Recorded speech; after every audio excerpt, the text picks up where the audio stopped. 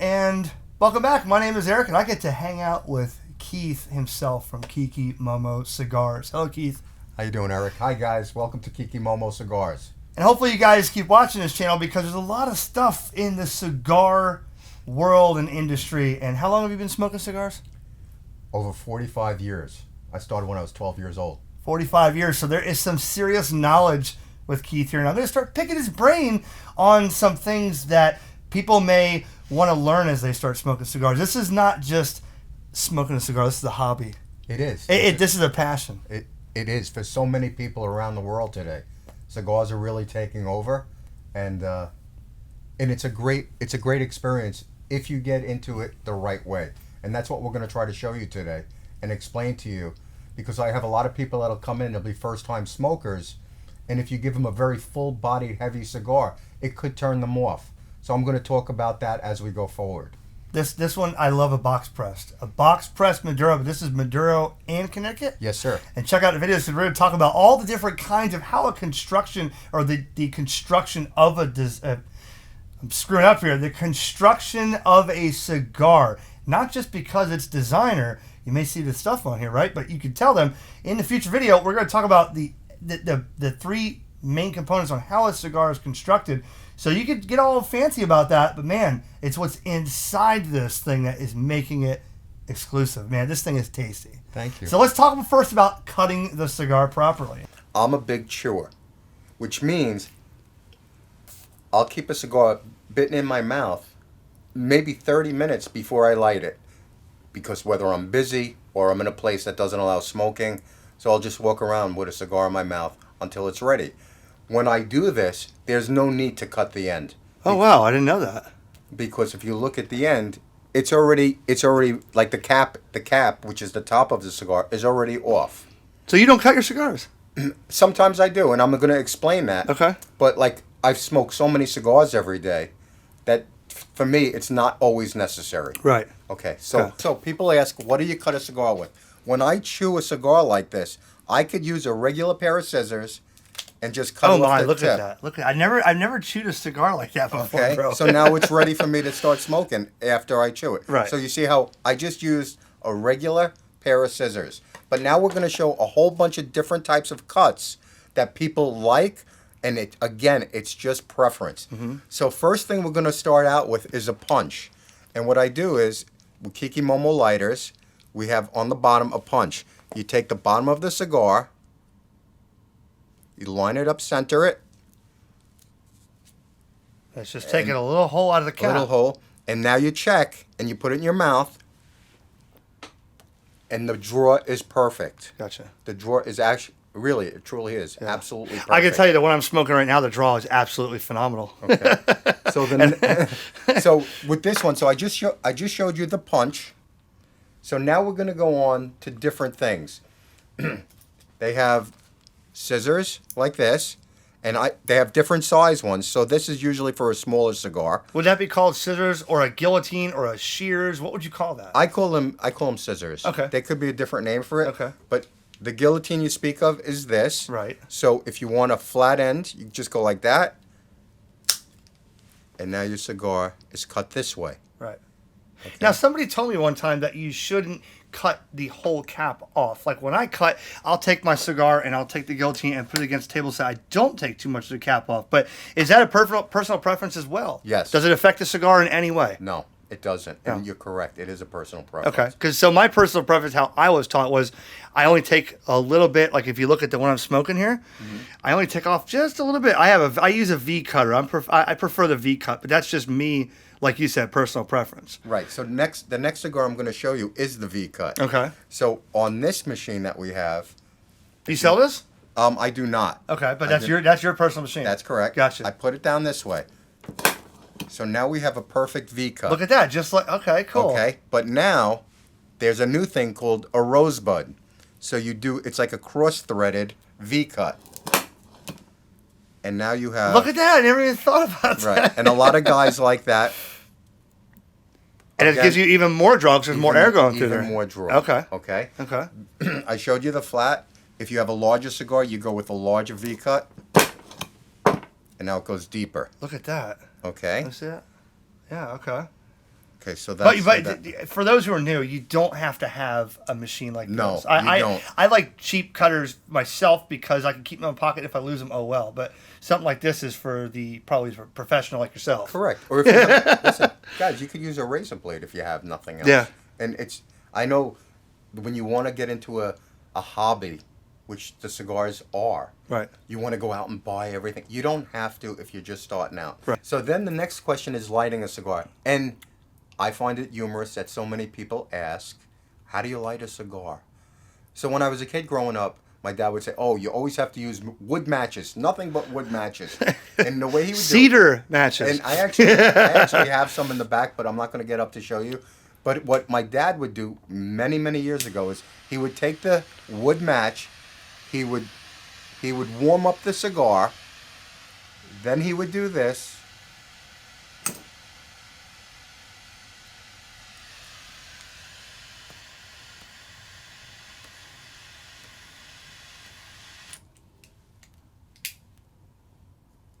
And it's all ready. And that's how you light the cigar. That's one way of lighting a cigar. Just like that. So you see how I spoke of how it flares out at the end? Mm-hmm. You could sort of see it Yeah. flaring out. So I'm actually going to smoke this cigar a little bit so you can see what happens after we get the first half inch down. So while you're smoking that, to show everybody, the first time I met Keith, I did that, and I was toasting the foot of the cigar like this on a new one, right? And then, and we'll talk about lighter in a second. I always did it, but when he looked at me, it was kind of like, I think the first time I met him, he was like, well, you don't need to do that. Just do that. Is that personal preference as well, or does that change the cigar in any way by toasting it first and then puffing on it? So the reason you'd like to toast it, as Eric is saying, at the edge, is you want to get the whole end of the cigar lit. So this way it burns smoothly down. That's one of the ways you tell a good quality cigar. And I'm going to show you how when they burn evenly down and the color of the ash shows the construction and the quality of a cigar. When it does that, you could tell that it's a long binder and filler when your ash lasts a long time. I call it the Kiki Momo Cigar Ash Challenge. Oh, you don't want to get me on the ash challenge, bro. I've had a lot. Right. I was at a place one time over in Tampa, over by Ybor City, and this cigar, I had the ash almost like that, and I was babying this like this. And the lady's like, I'm going to buy you a drink. I said, why? The bartender, she goes, I've never seen anybody with an ash that long before. But she worked at the place and didn't even understand that. That was I even did this, but that was the construction of the cigar was. That is correct. It was nice. You know what I mean? Correct. So we sell a Monte cigar, and it's 9 1/4 by 49. And to get that challenge, exactly what you're saying, I laid down and I just burnt it all the way down. I got it like 6.5 inches, and then I took a picture of it. And then you have to go really slow because you don't want it to break off. But I was doing it for a couple of reasons: as fun, number one, Mm-hmm. and number two, to show the construction and the quality of the cigars that we sell. Yeah. And so when you smoke a cigar, do you ever pinch it? Like what happened? Tell them about things that could happen. Let's say if you smoke it too fast, will it get too hot and get crispy here, where all of a sudden you're puffing, it's red hot, and you're getting no smoke. So sometimes that does happen when you're smoking a cigar. The most important thing is when you first inhale the cigar, you want to have good taste. Mm-hmm. One of the things that I love about Kiki Momo Cigars is we put no chemicals in our cigars. There are cigars that if you smoke all night, you wake up the next morning and you'll have a very bad taste in your mouth. I've had that plenty of times. Right. And with my cigars, you don't, and it's something that I prefer. It's the same reason why the only binder and filler that we use is long binder, long filler, because I don't like sandwich cigars, so sandwich-made cigars. So people will ask, what's a sandwich-made cigar? So Cuban sandwich, they call them sometimes. Yes, they do. Yeah. And what happens is the rollers will have leftover scraps on their table, and instead of wasting them, they'll bind them together, and then they'll put a regular wrapper around it and sell it, usually at a reduced rate because it's not as good quality. The reason I don't like it, and originally I told you guys I'm a chewer, so when you're a chewer, and if you get bits and pieces, you're always spitting them out of your mouth, the little pieces of tobacco. And for me, that's not enjoyable. So when I started this company, I decided I'm not going to have any of that because it's something that I like. And that's why I do it. Yeah, I mean, well... So I'm actually going to get up and move closer to the camera so Yeah, I sure, can explain. yeah.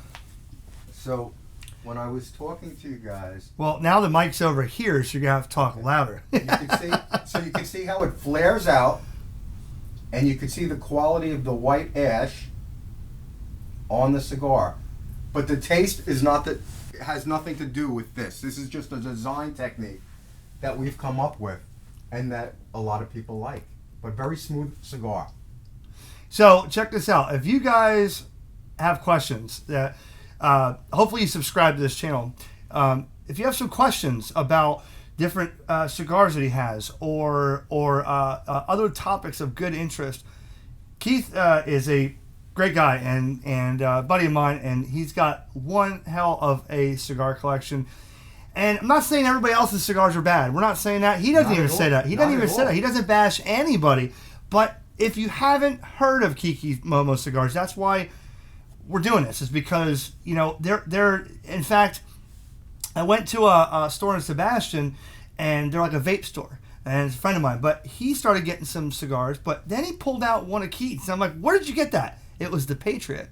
Yeah. And he goes, somebody brought that to me to try it. And I was like, wow, you got to talk to Keith, because now he wants to get into cigars. And, you know, Keith is based in Vero Beach, Florida here, but ships anywhere in the world. Anywhere, we ship worldwide already. Yeah. It's so great. And we have dealers around the world, which is great. And we're trying to grow our dealer network so everyone in every city could have them. I have a lot of friends on another channel of mine on YouTube. And hopefully maybe they come over to your channel here, but they're big cigar people, and hopefully they get to try yours, because these are becoming now my all-time favorite. And this one right here, 139 is now the one I thought was my favorite was the Lancero Maduro, which I like smaller ring gauges. He likes them, you said about 6.5 inch, about a 52 to 60. That's correct. Okay, I like a 44 or 42. I like a Lancero longer. I don't know why. That's just what I like. Or I like a shorter one, like the one you gave a nub. Yeah, the nub with the little tiny pigtail on it, and that's a short 30-minute smoke. That's correct. So I'll go for a bigger ring gauge on that. But you said your favorite cigar and size and cut is what? Like usually about a 6.5 by 56, 58. But it's very good that Eric is bringing this up, and he brought it up earlier. There are people that like cigars. Like you'll try a cigar and you'll be like, it's really good, and your buddy will be like, oh, this is a terrible cigar.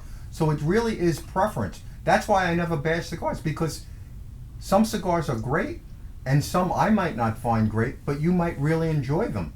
So you have to try. But price point, that's where it gets tricky. Because a cigar is so much more expensive doesn't mean it's a better cigar. Absolutely. And people, you know, big money guys, they'll be like, oh, I got $100 cigar. I'm being honest. I've been a cigar guy a long time. I'm never paying $100 for a cigar. I have, Keith. I have, and I think I told you I have. You're like, oh no. I even tried to bring him one. I'm like, hey man, you want a Padron Maduro? He's like, Padron Millennium. He's like, I feel guilty taking it. It's too expensive. You know. But he's smoked all that kind of stuff. But I've been to Cuba. I've had many Cuban cigars. I brought back Cuban cigars when we were allowed to.